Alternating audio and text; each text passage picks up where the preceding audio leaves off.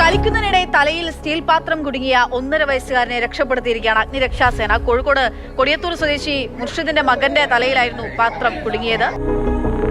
കുട്ടി ചെയ്യുന്നത് അച്ഛൻ ബൈക്കിൽ പോകുന്ന സമയത്ത് ഹെൽമെറ്റ് വെക്കുന്നത് കുട്ടി കാണാറുണ്ട്. അത് പിന്നീട് അനുകരിച്ച് തുടങ്ങിയതാണ്.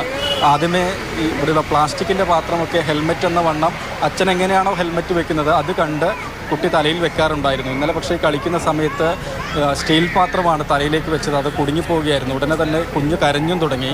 രക്ഷിതാക്കൾ ഏറെ പാടുപെട്ടു ഇത് അഴിച്ചു മാറ്റാൻ കഴിയുമോ എന്നുള്ള ശ്രമം നടത്തി. പക്ഷേ അത് വിജയിച്ചില്ല. അതിനുശേഷമാണ് 1.5 വയസ്സുകാരനുമായി മുക്കം അഗ്നിരക്ഷാസേനയുടെ സഹായം തേടുന്നത്. നേരെ ഫയർ സ്റ്റേഷനിലേക്കാണ് ഇവർ പോയിരുന്നത്. ഈ സമയം അത്രയും കുട്ടി കരയുകയുമായിരുന്നു. പിന്നീട് ഉദ്യോഗസ്ഥർ അവിടെ ഉണ്ടായിരുന്ന കട്ടർ ഉപയോഗിച്ച് ആണ് ഈ പാത്രം മുറിച്ച് നീക്കുകയും ചെയ്തിട്ടുള്ളത്. കുട്ടി പെട്ടെന്ന് ഈ കരഞ്ഞുകൊണ്ടിരിക്കുന്ന കുട്ടി കരച്ചിൽ നിർത്തി. അതിനുശേഷം പാത്രം മുറിച്ച് മാറ്റിയതിന് ശേഷം അതിൻ്റെ ആശ്വാസം എന്നവണ്ണം വീണ്ടും കരഞ്ഞു എന്നാണ് ഉദ്യോഗസ്ഥർ പറയുന്നത്. ഏതായാലും ഫയർഫോഴ്സിനെ സംബന്ധിച്ച് ഒരുപാട് ജോലികളുണ്ട്, പിടിപ്പത് പണിയുണ്ട്. അതിൻ്റെ കൂട്ടത്തിലാണ് ഒരു 1.5 വയസ്സുകാരന് കൂടി ആശ്വാസകരമായി മാറിയിട്ടുള്ളത്.